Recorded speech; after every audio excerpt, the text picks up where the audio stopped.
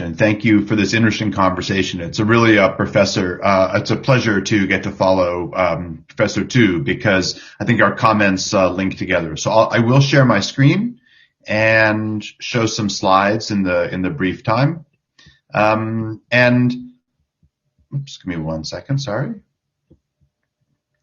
I'm assuming you can all see the slides now properly. So let me start. So I think the most important thing that I take away as a physicist working on the clean energy transition is that I very much agree with the professor that it's these areas of cooperation that we must find ways to accelerate, because they can both lead to climate protection, but also because they directly impact our ability to work together, which is critical in this process. So as I look forward, I just want to highlight that the comments I'll make, you can find the materials both on the website of my laboratory, which is called RAIL, the Renewable and Appropriate Energy Laboratory, or on Twitter, but I know that many don't use it, or also you can find me on WeChat as well if you want to connect on these topics.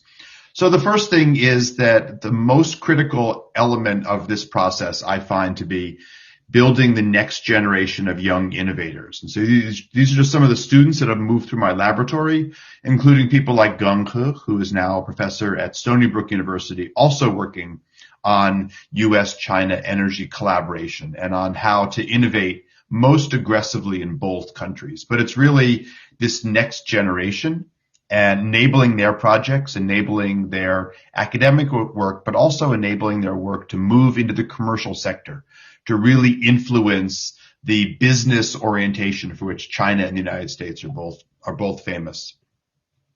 Our lab has gotten to work with a number of partnerships in China, and I'll quickly highlight each of these different areas where we work together in my sort of quick coming comments here. We all know that the pathway to global ruin, to the 450 or 4.5 degrees C or more raise in temperature, is the one that we must avoid.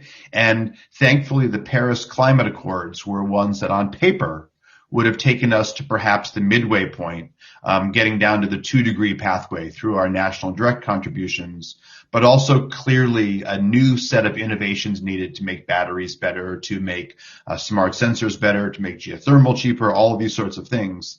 And now that we know that our pathway needs to be to 1.5 degrees or less, perhaps the most critical thing is to assist the U.S. and China in particular in actually making those commitments that they've now made. We've heard about the China 2060 carbon neutrality commitment, the Biden administration 2050 commitment, of which the most significant feature is to have carbon neutral electricity for the entire country by 2035.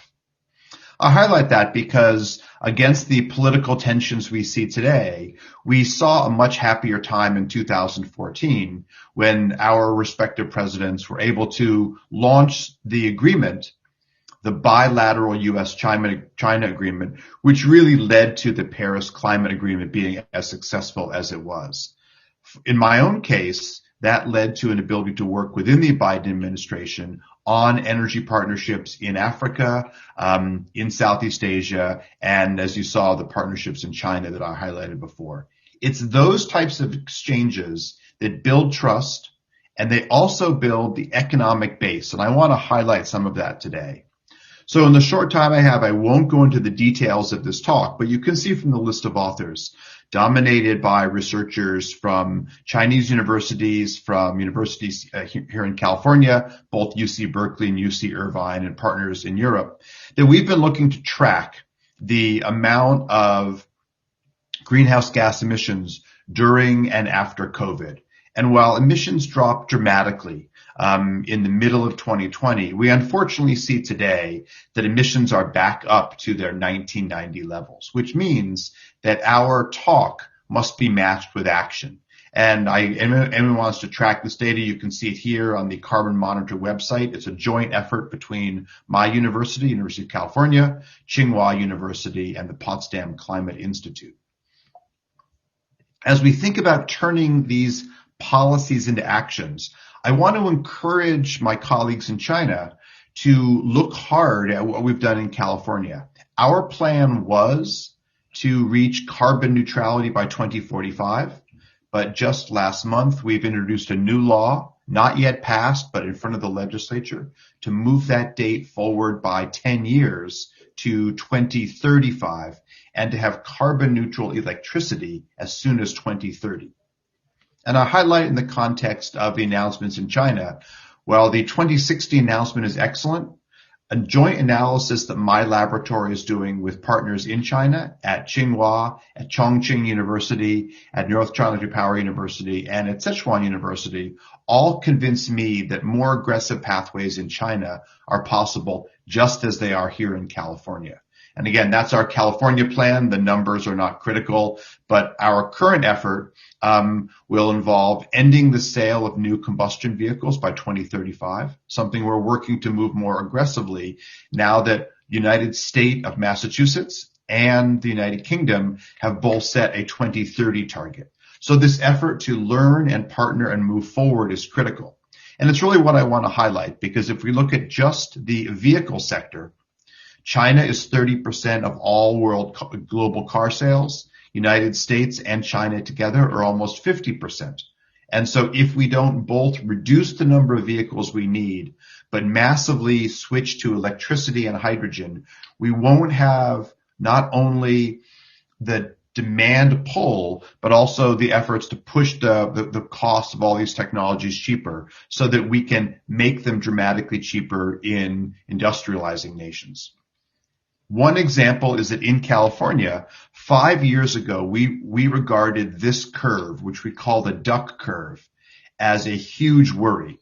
The duck curve is the net demand for energy once we subtract out solar and wind and other renewable generation. And what you can see from this curve is that our normal daytime curve, relatively flat during the day, has been hollowed out. The net demand drops and drops and drops as solar becomes a bigger part of the story.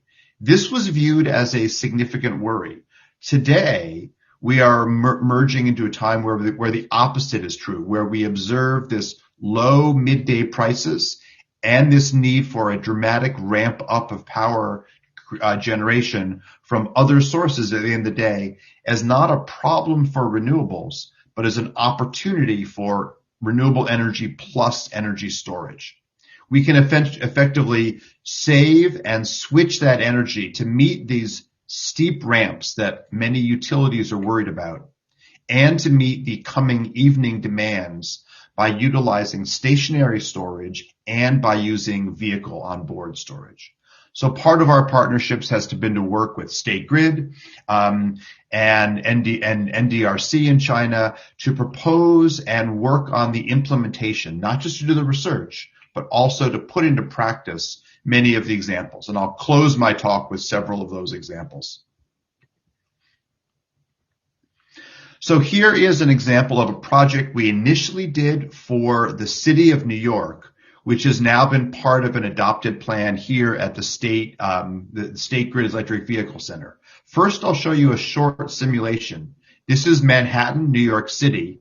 Each red dot is a simulation if the existing taxi fleet in China today, in New York City today, were to be electric vehicles. A red dot is a taxi with one or more passengers. A blue dot is a taxi that's empty. So I'm going to run this simulation starting from midnight. And as you see, the taxis are moving around. But as we get to what we call rush hour, early morning, you'll see the taxis. Green are charging stations. Now you'll see a flood of taxis moving at the rush hour down into Lower Manhattan. You saw the rush.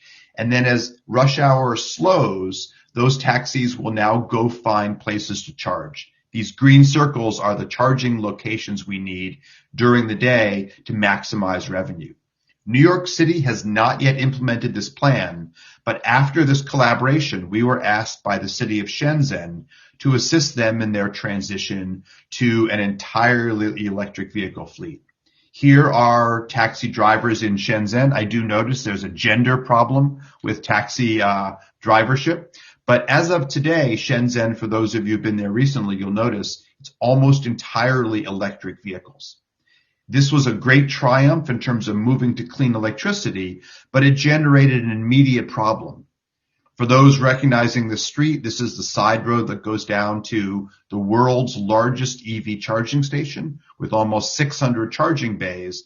But as I play the video, you'll notice that while the cars on the main road behind are moving, here they're waiting a long time to recharge. In fact, immediately after Shenzhen opened the plan, taxi drivers reported having to wait up to an hour and a half, 90 minutes to recharge during their 12-hour shift. So what my laboratory did, and a student of mine who opened a company in Shenzhen, Andy Zheng, we developed an app to inform drivers where charging stations were available. If you look closely in this picture, you can see in this big bay, there are 2 spaces open.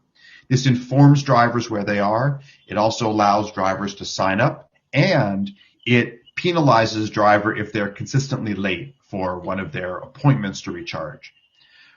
I won't show them the math and the details, but it's a cellular automata program. And what we found was that drivers, by just having the app, were able to reduce their waiting time by half, by 50%, increasing their revenues. And now we're working with both the city of Shenzhen and Guangzhou to consider installing inductive charging strips on the roads on these busiest parts of the road. I know I'm running out of time, but I'll highlight one final issue, and it's the point we heard before, not only about our ability to work together in industrial nations, but the need to work together to partner in developing nations. In this area, I work closely with the IEEE, the largest technical society in the world, to bring research on clean energy projects to all people in technical fields, but also to do so in a way that works for developing nations. And I want to highlight this because you see on the right here is a so-called appropriate technology. It's a micro hydro system that our laboratory has helped to install in Laos. It's an effort both to provide village-level energy, but it's also an effort to keep some of the large global investments from destroying natural resources. So unfortunately, while this is an example of appropriate technology for the community, if we look in a little more detail at the plans for large-scale hydro development in Laos, each of the white circles are a proposed large dam on the rivers in the country, none of which would be used for powering the Laotian economy or to the off-grid community. It would largely be installed to export power to Thailand and in particular China. This is an example of a project area that would have severe ecological damage in Southeast Asia. It's the kind of effort that we need to expand the use of renewable energy, but ecologically sensitive renewables. And we heard in the last talk a mention of the Belt and Road.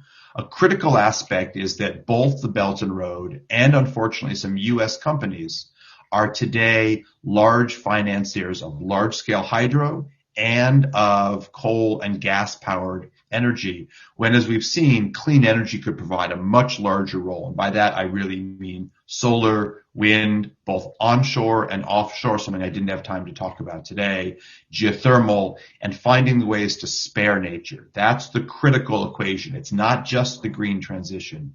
It's also moving to a more nature-respectful economy. So I want to thank you for the time to talk. I look forward to the Q&A, and let me stop there.